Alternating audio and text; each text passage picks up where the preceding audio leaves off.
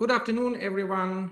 You are very welcome to today's Law After Lunch, where we very cordially welcome our colleague from UNCITRAL, United Nations Commission on International Trade Law, Luca Castellani, Dr. Luca Castellani.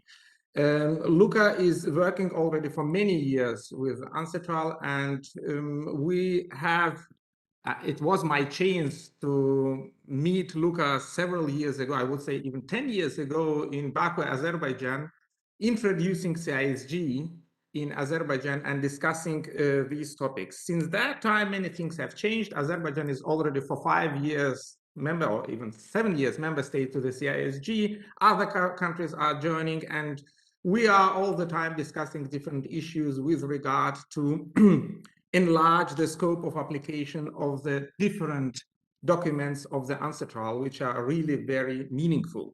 And one of these documents is the model law on electronic transferable records, which was the resolution on was dispatched on in 2017. And today we are getting these developments with regard to transferable records. And in a moment, Luca will present us more about what is that meaning and what is good for this tool is getting more and more important. And as just a moment ago, Luca has said, a small tiny virus made it possible that everything got digitalized in our world, including all kinds of documents. So Luca, you have your floor for approximately 30 minutes, and then we will start with our discussion. Please, the floor is yours. Thank you very much, dear Azar, for this kind introduction. Of course, many thanks to the University of Halle for inviting me and hosting me. I'm really sorry I cannot be in person with you, but one of the advantages of digitization, of course, is the possibility to connect remotely with many people, and now we got used to it, so we take advantage of it. But does not take away from the pleasure of being together in person. There will be hopefully another chance soon. My name is Luca Castellani. I have been working with the United Nations Office of Legal Affairs for many years now, 20 years. And most of this time I spent it with the Secretariat of the United Nations Commission on International Trade Law, or UNCITRAL, here in Vienna. UNCITRAL is the core body in the United Nations for the harmonization of international trade law. I have to say, this is the mandate as it is traditionally described. But in reality, this has to do with not only the harmonization, but also the modernization. And when we say trade law, we actually mean commercial law and sometimes also contract law. We don't mean trade law in the sense of the WTO, for instance, which is actually meeting today. Of course, it's the last day of MC12. That being said, I have been working in the field of sale of goods, as you remember. We did some good work in Azerbaijan and in Central Asian countries, and also I have been for some 10 years the secretary of the working group of UNCITRAL that deals with electronic commerce. And one of the main deliverables that I was tasked with was the preparation of this model law on electronic transfer records, which we call MLETR, or also affectionately we call this model law Melita. And Melita is a young girl, of course. She's 5 now, and we all love her. So we managed to be a little bit, affectionate even in the Cold War or world of trade financing and logistics. Now, without further ado, let me share my presentation, which may be useful for setting the scene for our discussion. The topic being exactly trade digitization, the case for the adoption of Melita.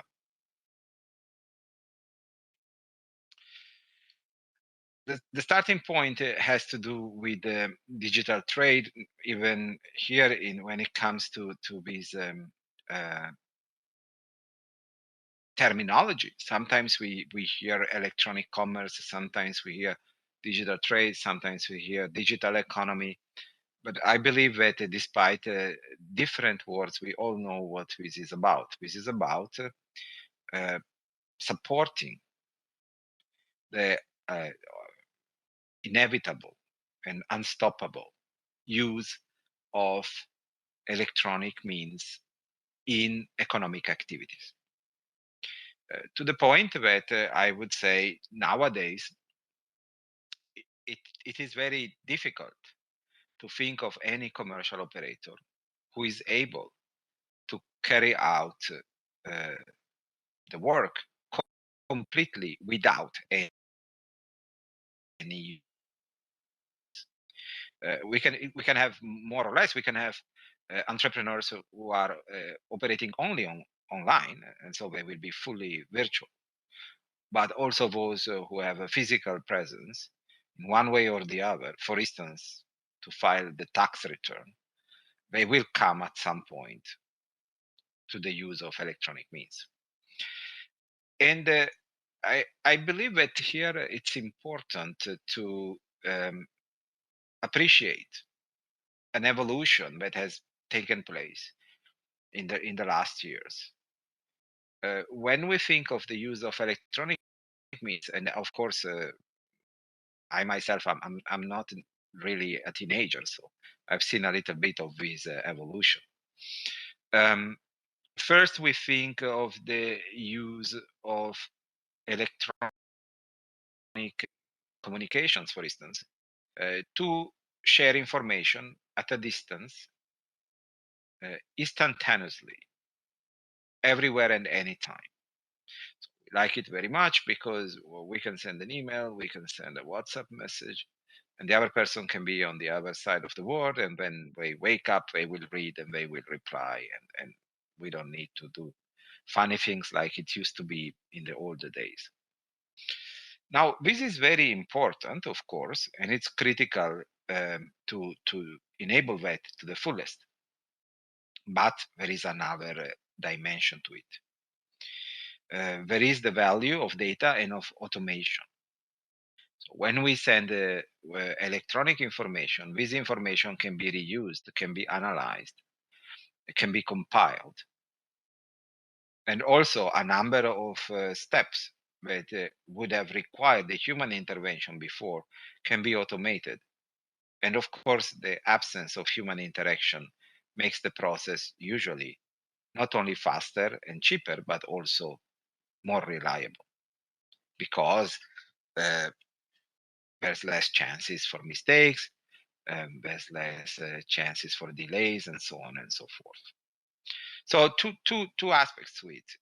The traditional aspect, if you wish, I cannot say a static aspect, but the remote aspect of the exchange of information, and then the dynamic aspect of the reuse of the data, which is contained inside the electronic transaction, the electronic exchange. That being said, in order to have a successful deployment, we need to put together three elements. We need to have sound policy decisions. We need to have a robust technical infrastructure. And we also need to make the right legal choices. Right legal choices, of course, from the perspective of UNCITRAL, they always favor what we call enabling aspects. That is to say, we favor removing obstacles in existing legislation in order to promote the broadest possible.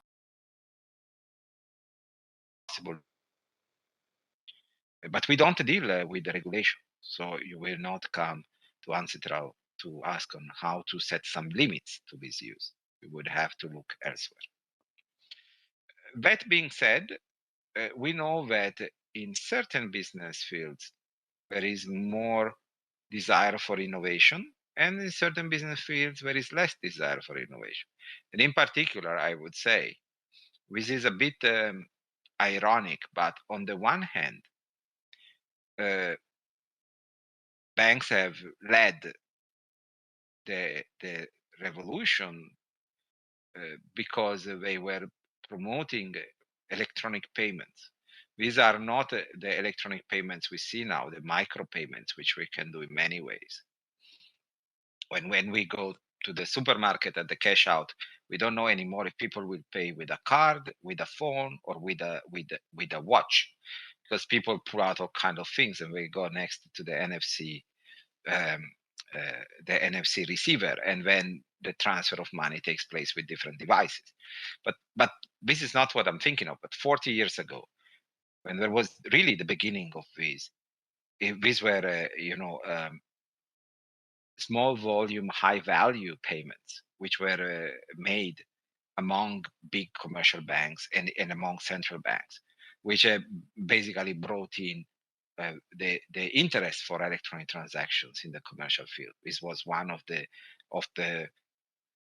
original reasons. And in UNCITRAL, we started looking into this already in the 1980s. The first reference to this was in 1972 even. So nothing new under the sun. So what about MLETR? What is the problem behind? MLETR deals with transferable documents and instruments, which in English this doesn't make much sense, but in many other languages it makes sense to say documents of title. In French, in Italian, we make reference, in German also, we have specific words to describe this. But if we describe them functionally, these are commercial documents that incorporate the right to receive money or goods. So these are very practical. They represent a shortcut. Instead of going to the port, to the ship, with my contract for sale of goods that identifies me as the buyer of certain goods, I have a bill of lading, which has my name, has the description of the goods, and with that I get my goods. But many of us have done this with checks, because checks entitle the holder to payment of money, which is usually can be cashed in, or it can be deposited on a bank account. So with some variations depending on the kind of legal system, but you see there at least notes, bills of exchange, bills of lading, warehouse receipts, possibly letters of credit, certificates of insurance. This is not exhaustive. It's just to give a sense of what this is about. Now, these documents are very important for logistics, very important for payments, very important for access to finance, trade financing, documentary credit, which is a very, very large market. But also they are very important from the perspective we were describing before, in the sense that they contain a lot of information regarding the commercial transaction, and they are very accurate. Actually, they have a very, very good quality of data. The problem has always been that these documents were developed in the last few centuries, assuming the use of paper, because some of them are typically issued in a single original. Some of them may be in multiple originals, but always there is the notion of this physical possession. The key notion here is the possession, which is the ability to physically control the document and exclude others from interfering with the document. And possession is a notion that we know very well from Roman law, has been around for 2000 years, but it requires a physical interaction. The good traditional is used for tangible goods. So these are goods with material. That is really the challenge. So the solution, of course, is our beloved MLETR. This is just the cover of our brochure, and the text and the explanatory note in all 6 languages of the United Nations. So Arabic, Chinese, English, French, Russian, and Spanish. All of them are available for free on the UNCITRAL website. And actually, there is a link in the slide that takes there.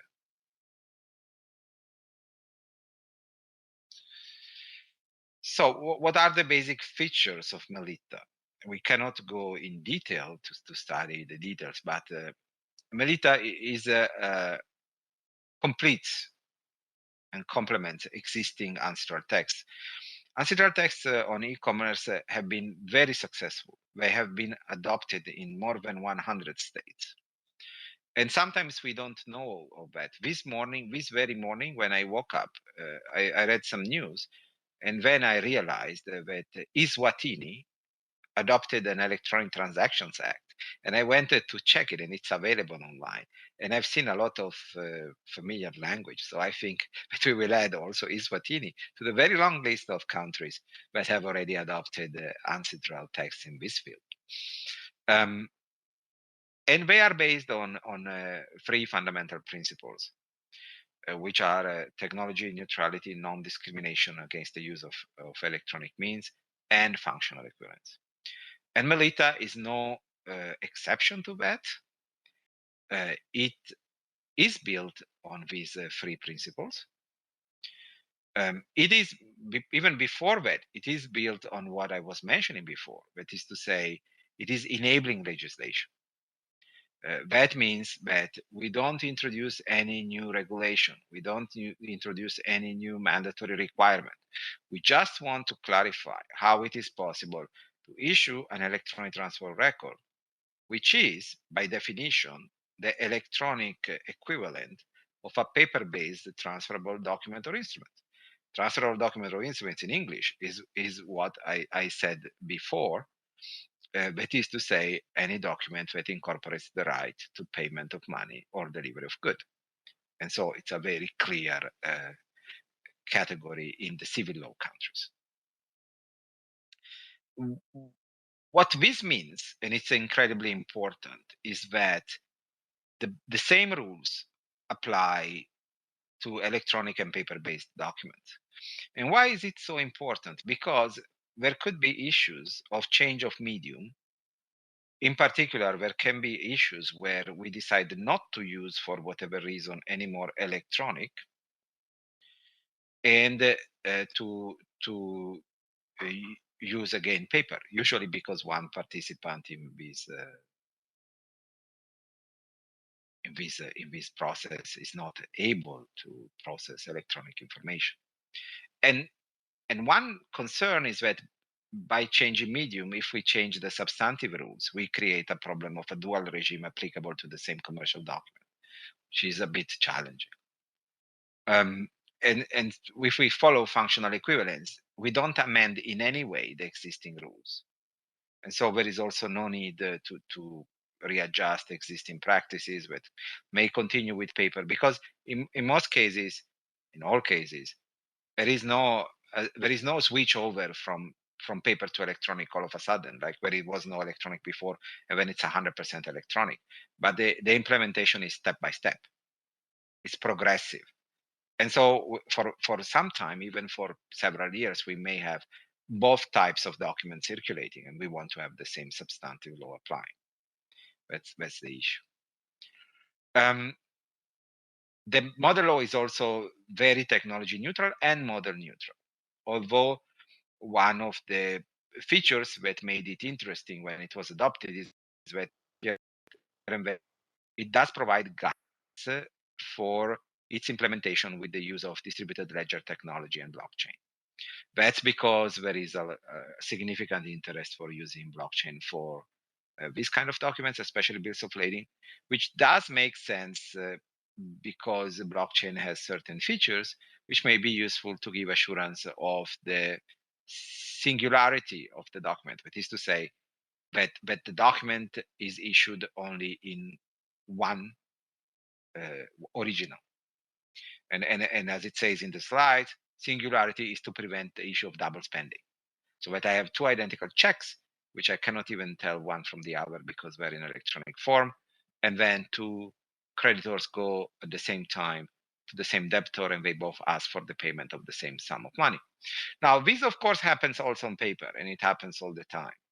And I insist on this because I remember when I was a junior attorney, I was working on these cases. So I'm very grateful that this thing happened. They helped me a lot when I was junior and I had to get a salary to start my career. But I'm also aware that paper-based checks, for instance, or bills of lading are far from being perfect. The main difference here is that banks, they know already, they are familiar with the paper-based documents, and they know already the risk that is associated with their use. And of course, when there is a transition to electronic, the risk may probably be reduced, but there is an element of uncertainty. And since there is that element of uncertainty, we understand why there is this doubt, moment of doubt, on whether there should be a transition to electronic. Just 1 second, I might have a technical issue, and I apologize for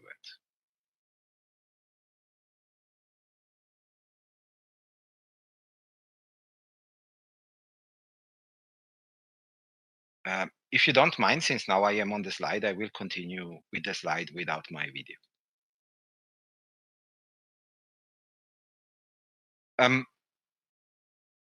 The other distinctive element of the MLETR is control.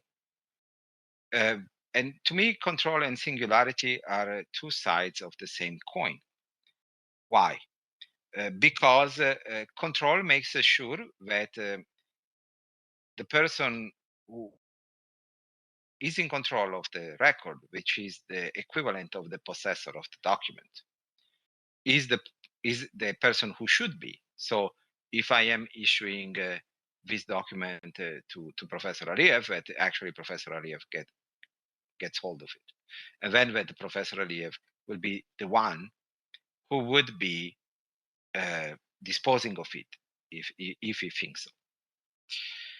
So in a way, singularity takes care of double spending when it comes to the issuance of the document, and control takes care of double spending when it comes to the circulation of the document. Now, one thing which is extremely important here is that these documents, they are dynamic in nature, which means they are meant to circulate, and they are negotiable and transferable until they are presented for performance.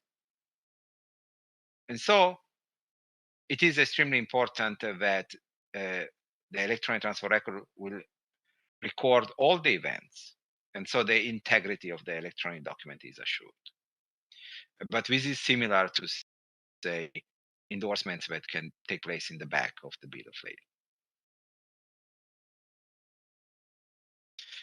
Now, this was a very, very quick and very, high-level overview. But we can talk maybe a little bit about the policy side of it. That is to say, how does this impact business processes? So the starting point is where digitization is always an occasion to review and re-engineer existing commercial practices and business processes. There is no point in transposing paper-based processes online because the two environments are completely different.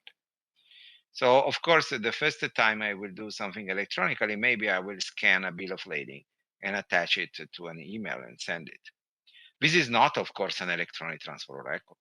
It's just an image of a paper-based document that I can transfer faster electronically. But of course, we need to go way beyond that. And we know that because there have been many attempts at dematerializing commercial documents. Here I mentioned bank payment obligations, which have some use, but it came out exactly of the need to automate compliance with letters of credit. When we say we want to re-engineer the business processes, it's really important to stress that we do not want to affect any regulatory requirement. We said before, these are enabling legislations, but they don't affect in any manner. So here you have two examples, quite advanced examples. One is, let's say I do documentary credit against a bill of lading, which means that I can use the cargo as a collateral for my financing. Now, because I have to be sure that I can enforce in case the credit is not paid back very easily. And so this has a direct impact on my capitalization requirements. Because if it is a real bill of lading, I can go and grab the cargo right away. But if it's not, if it's, say, a contract-based bill of lading, I have to go through judicial process, which makes it much more complicated and much longer. So this is a regulatory requirement.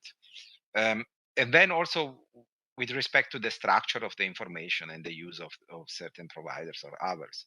Now, in the European Union, we have this FTI regulation for the submission of trade-related information to public entities, which in a way is very welcome because it forces public entities across European Union to accept information in electronic form. But however, it also sets some technical requirements to do so. Technical requirements that probably will be described in a technology neutral way, but that are nevertheless limiting the options available to commercial operators. And of course, these things may remain as they are. So MLETR is not affecting this. One has to design the appropriate solution, bearing in mind these requirements. If we go to the next level, then we have to ask ourselves a fundamental question.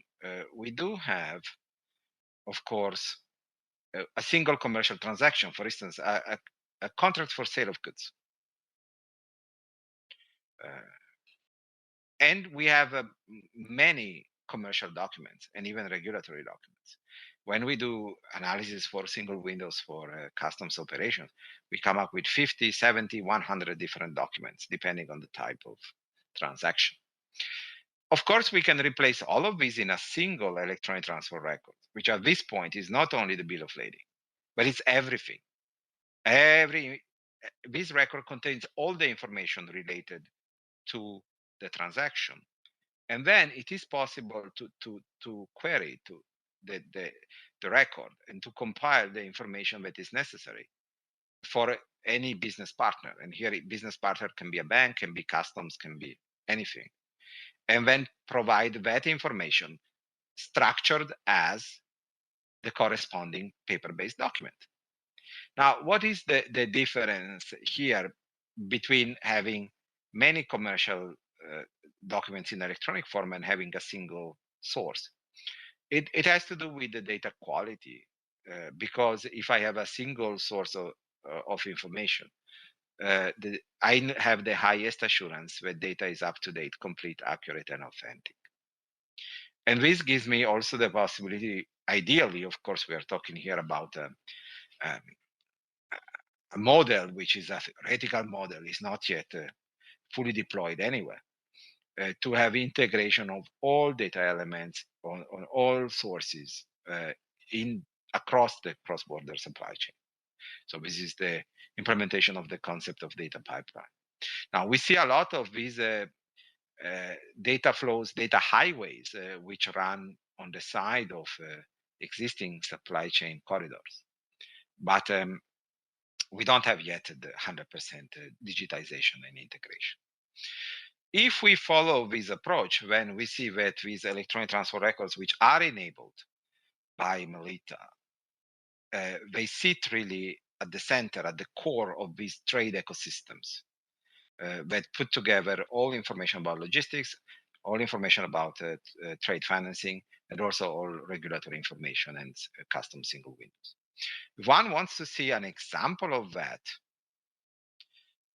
when Singapore adopted MLETR in 2021, Singapore made a clear link between adoption of MLETR and the deployment of the trade trust ecosystem, which is a blockchain-based ecosystem, which is live in Singapore.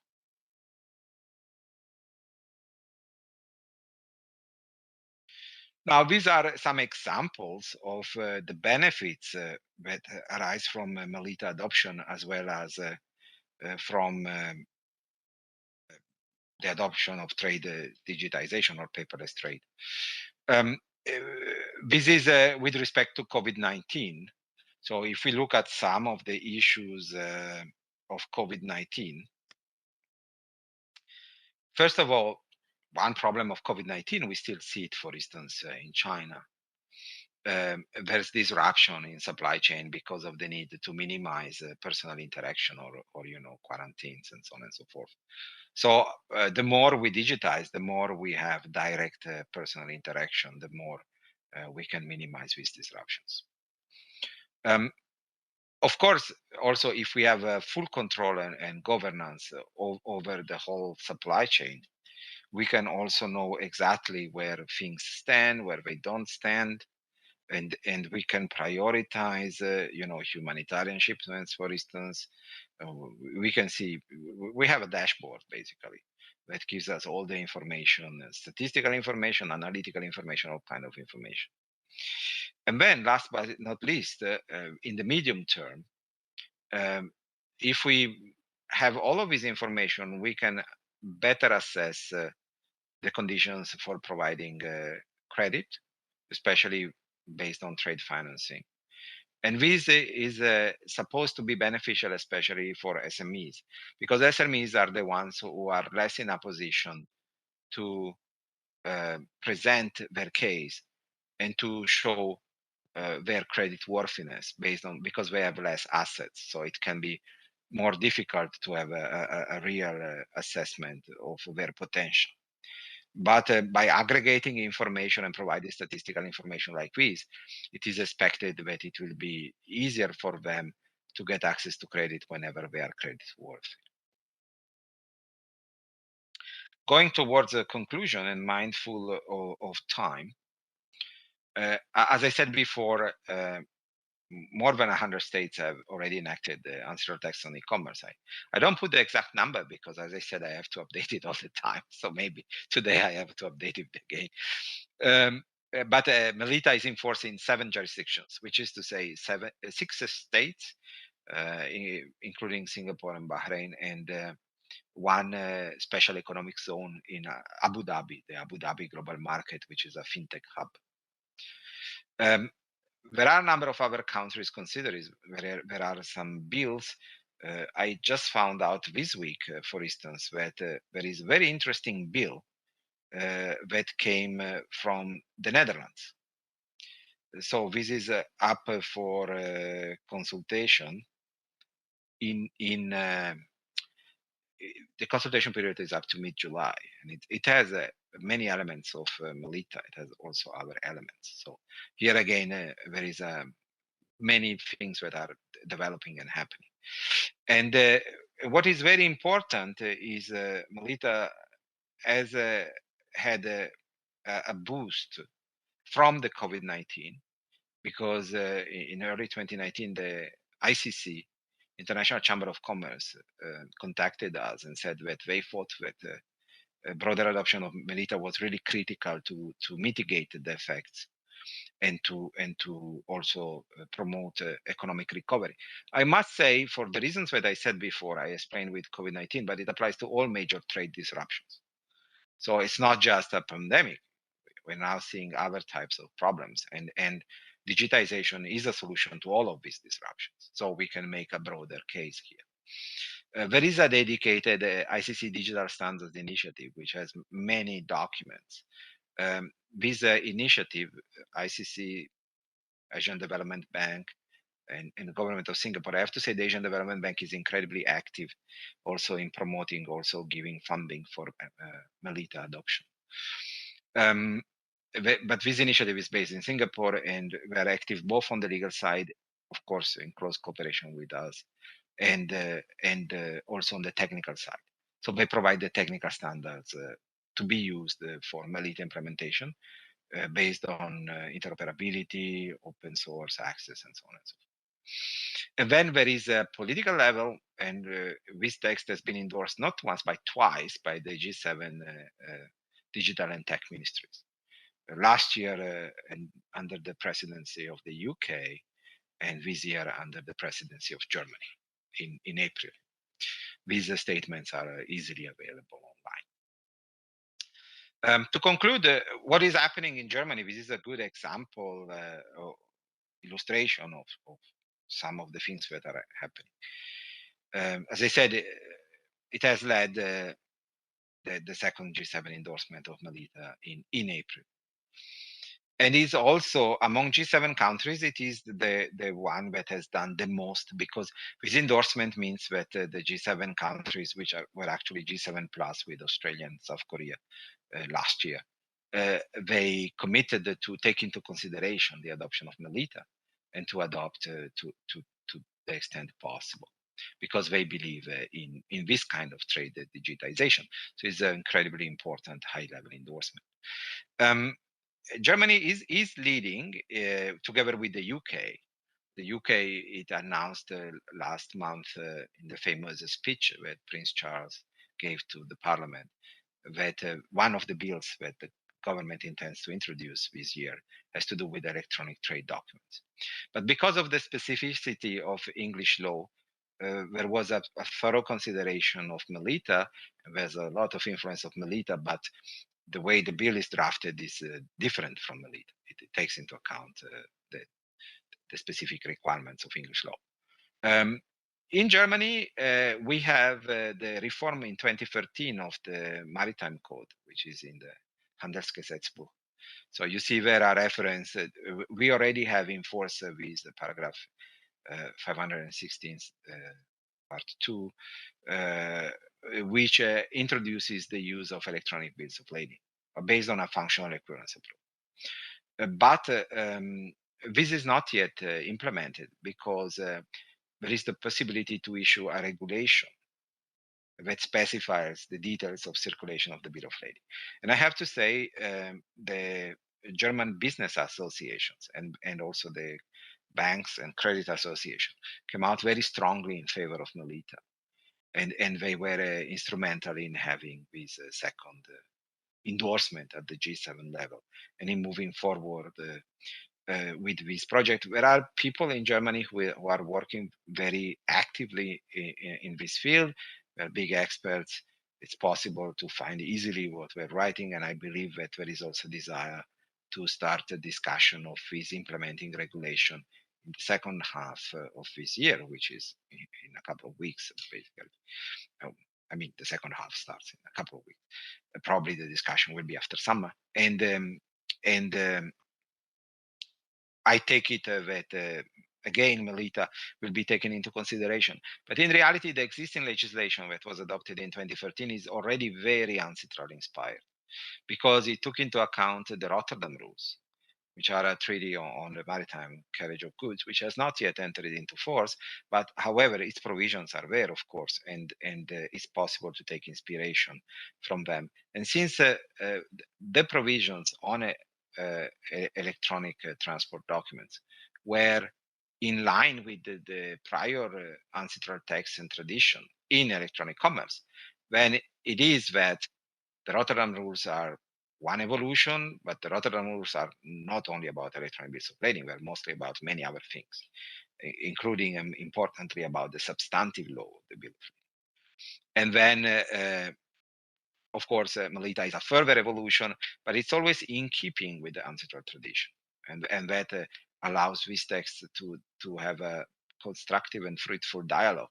And it makes it also much easier today to adopt implementing regulations which are in line with MLETR. Of course, one text which remains important there, for instance, is the eIDAS regulation when it comes to electronic signatures. With this, I finished my presentation, and I give back the floor to you, Azar, and I will Thank you very much, Luca. restart as soon as I can. I will restart my camera. Sure. Sorry about this. Yeah, thank you very much. Very informative, and at the same time, information with some folky, which allows us to get into this very interesting topic, which is unfortunately not in the focus, at least in Germany, which has to do, I think, also with the issue of missing or of a low level of digitalization in practice.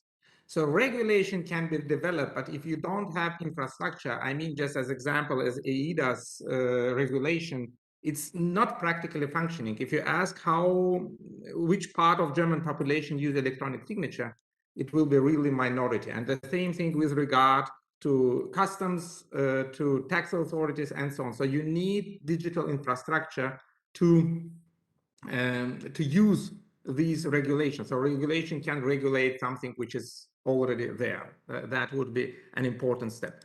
But we have several interesting questions here online, and I would just address these questions to you, Luca. First one, that you mentioned blockchain as an option for technical realization. Are there even other technical options besides blockchain that fulfill the necessary requirements?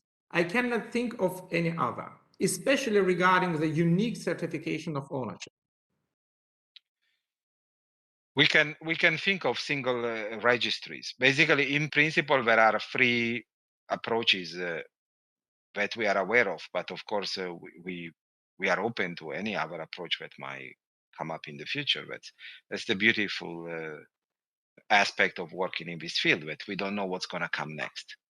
When we were discussing MLETR, we had in mind the three options: registry, meaning single registry; tokens; and distributed ledgers. Now, the thing is that all three of them have pros and cons, like everything in life.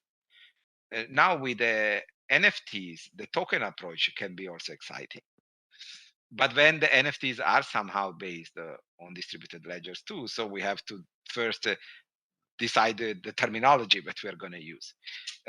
My personal view, and I said it also recently, is instead of using NFTs for funny digital things which have a price which is completely out of line with reality, and that I do not dare to call art myself out of respect for art, let's start thinking of using NFTs which have standards that are very well defined technically. Let's start thinking of using them for bills of lading. I think it's a perfect use case for NFTs, the bill of lading, because they give significant assurance of singularity. They're probably also manageable in terms of cost. They can be transferred very quickly. Now, if that the whole process should take place on a distributed ledger or just some of it, and then the token can circulate otherwise, but it's a technical question. I'm sure there's people with ideas, and of course, we promote competition and also competition of technical solutions. So, in fact, one thing that I would like to stress here, which is related to this, is that one of the reasons why there was limited uptake so far of existing solution is because large operators don't want to be captured by a single service provider. So that's one of the issues. So we see, meaning we people who are interested in these issues, we can guess that there will be a few major providers, but we don't think that in the medium term there will be either many providers or one single provider, because both solutions are not sustainable in the medium term. Okay, then another question which we have right now is with regard to adoption of these provisions in the European Union. So who would be responsible for the adoption in the EU, the members or the European Union itself? And you have already briefly mentioned EIDAS, but could you please provide a little bit more information on that? For instance, what Netherlands are planning and what could be the competence of the European Union with regard to that? Sure. This matter is under the competence of states. That's why I said that Germany has already adopted something, and there is the need to have a regulation that can be adopted without going through the Bundesrat. So it can be done quickly. Because it's already foreseen, it has been foreseen for almost 10 years. And that's why I said in the Netherlands, the bill came out 3 weeks ago for consultation. It's available. It's only in Dutch, but it's available for everyone to see. And so on and so forth. There are elements that are under the competence of the EU. So one of them is electronic signatures, because we know electronic signatures are as a trust service is under EIDAS, and electronic signatures basically to simplify, but of course there is the normal electronic signature and there is the qualified electronic signature. And because these documents have significant economic value, then I take it that commercial operators would want to use qualified ones, so that they have, certain assurances on integrity, for instance, which is important in this way, but also on the association of the signature with the signatory, which is in turn important for the notion of control. And then there are other requirements. One of them being, for instance, this new EFTI, which is, as I said, a regulation that, on the one hand, forces public entities, especially customs, to accept electronic data, which is very welcome because it accelerates digitization. But it also, a bit like EIDAS, it does identify the qualified operators that have to be used. Except that in that case, in the case of the EFTI, it is mandatory to use those operators. While in the case of EIDAS, there is freedom of choice. But there is no cross-border recognition. So there's nuances, but for instance, and I'm not gonna go there because it's a huge topic, but GDPR may apply. And one has to comply with GDPR.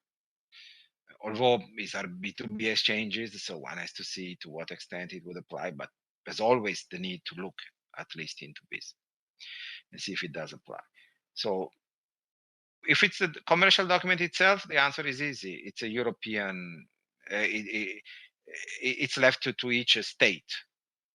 But the implications in this complex environment are many, and one has to be mindful of them. And as I said before, this law respects all these requirements and these regulations, and asks for their satisfaction. Yeah. Another question is with regard the danger of abuse of ETRs and how can it be prevented, especially with regard to distinguishing the original from a copy? So you have mentioned already the non-fungible tokens as a solution, but I mean, so you are just maybe extending these questions. You are all the time you are speaking on technological neutrality, but at the end we need technological standard. Yes. Somehow, and this is the point. Are you wish to cooperate with an organization to develop these standards or best standards or possibly kind of orientation, or how does it work? There are several initiatives. As I said before, ICC-DSI as an umbrella is promoting the development and the adoption of standards. For instance, they have recently helped. There is a organization that deals with the digitization of information relating to containers. And so there it is a matter, first of all, it's a matter of finding common data models, and then also technical standards to reflect the data models. This is one example. There's also some work being done, for instance, at UNCIFAC to provide guidance on which standards may be useful to implement. But the standards relating, for instance, to DLT are standards which are being developed by ISO in general. They don't necessarily apply to ETR. It's up to the operator to decide, yes, I like this technical approach. For instance, some providers nowadays, they want to have every information on DLT. And some providers, they say, I just put a little bit of information on DLT, and then I will call my product DLT enabled. But because DLT is expensive, it's energy consuming and different things, I will just put some critical, some hash there, not everything. But that would be sufficient for me. I think that in reality, this is of course an important issue, but it is an issue that may be solved. Maybe there are some obstacles that now cannot be foreseen, but that are important. One of them is, for instance, interoperability of different DLTs. Only now people are looking at how to get information from one DLT and move it to another DLT. But interoperability in the trade ecosystem is the paramount preoccupation. So technology neutrality is there and is promoted first and foremost because of the need to avoid the creation of data silos. And to break the data silos, there is the need to have interoperability. So in that respect, yes, there are issues, but at the operational level, they can be slightly different from what one thinks. So maybe the issue is not so much assurance of singularity, although of course it is a legal requirement, but it's also the ability to interact. And trade trust, which I mentioned before, is an open trade ecosystem, but all operators must ensure interoperability because they don't want to have operators that become a data silo themselves. So yeah, different possibilities there. A lot of work being done. I think in the next couple of years we will see a lot of more guidance. But I also want to stress that it is already possible to issue electronic bill of lading under MLETR. There are commercial operators that offer that.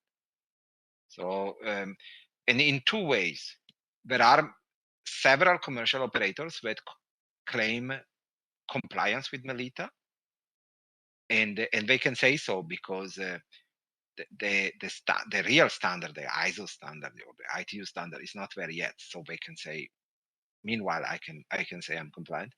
But there's also at least one operator that says, yes, I give you an electronic bill of lading issued under the law of Singapore, which incorporates MLETR. So, and these are bills of lading that are recognized by the P&I Club. So they are completely, totally identical to a paper-based bill of lading, which is a very, very big development. And there is a huge difference with the bills of lading pre-MLETR, which were contract-based. These are statutory-based, and they are usable for all purposes. Then, of course, there have been proofs of concept. For instance, there was a famous one. This was an oil tanker from Abu Dhabi to Singapore, and the whole credit financing of this oil tanker was done electronically under MLETR. This was a proof of concept. But then one has to go, let's say, to the central bank to clarify, for instance, capitalization requirement of electronic bills of lading, which, as I said before, should be identical to the paper-based, if not less, because actually documentary fraud, electronic, should be much harder and easier to detect than on paper because all the information is there. But of course, it requires its own approach. Yeah, I agree with you. Actually, we people are quite conservative with regard to that, and we can easier accept mistakes on paper than in electronic, or mistakes made by human beings than by machines, let's say. And this is typical. It's, let's say, more from psychological stains as a from standard of real standard of protection. And last, we have about a couple of minutes. I would just ask you, we have concentrated our discussion on the European Union mostly. But we know that to make it really working, and working means if we take the example of bill of ladings, it starts usually in China or India, and the routes bring us to the European Union. And to make it really a workable standard, a workable document, we need to make sure that the whole way, these, let's say, we can name it Silkway or North-South corridor or whatever. So we need to make sure that all these regions between, including these starting and finish point of these goods, they are within this ecosystem, let's say. What are the developments, for instance, India, as we have mentioned, Singapore, but India, China possibly, and then in particular the whole way in between, let's say. How is it developing right now? Actually, Asia is really leading because most of the jurisdictions that have adopted MLETR as such are in Asia. And China, we have had the discussions. I've read a few days ago that ICC China actually restarted this discussion. The first book only on MLETR came out in Chinese. Mm. I have it here, and it made me very happy. It was written by Professor Guo Yu from Beijing University. I believe that there are many chances of seeing MLETR adopted in East Asia soon. We know of a study group in Japan. We know of study group in South Korea. We know of interest in Australia, in China as well. I would expect it, or at least that's my wish, to have it first used in some pilot projects in special economic zones, so that it's fully tested and then it can be deployed. One thing that I have to stress is that this digitization of these documents, in light of all the policy implications and the economic implications that I described, is incredibly important for landlocked countries. So all of Central Asia, which now is very active with many initiatives going on. For instance, in Mongolia, a lot of interest in the last months for these kind of solutions. But not only. I personally worked also, for instance, with CLDP in Central Asia, and I'm continuing that dialogue. Another element which is directly relevant and which maybe it's really good to follow closely. We will have the UNCITRAL Commission session starting in a couple of weeks. And one of the proposals on the table, on which there has already been a lot of work, is a proposal for having a negotiable multimodal transport document that does not involve maritime leg. Basically, these are, for instance, negotiable railway bills. And since the new Silk Road is based on rail transport because of distance and geography, I think that all the countries in Central Asia and the Caucasus will be really interested in looking at what happens there. We hope to start work at the working group level in the fall. And of course, there will be some issues that are specific to transport by road or by rail, but the electronic infrastructure has to be MLETR, because MLETR applies to on basis on functional equivalent, it applies to existing negotiable instruments, but it can also apply to future negotiable instruments. So it doesn't change anything in the legal treatment of control and singularity and integrity. Okay, dear Luca, thank you so much for these very insightful presentation, for these very fruitful discussions.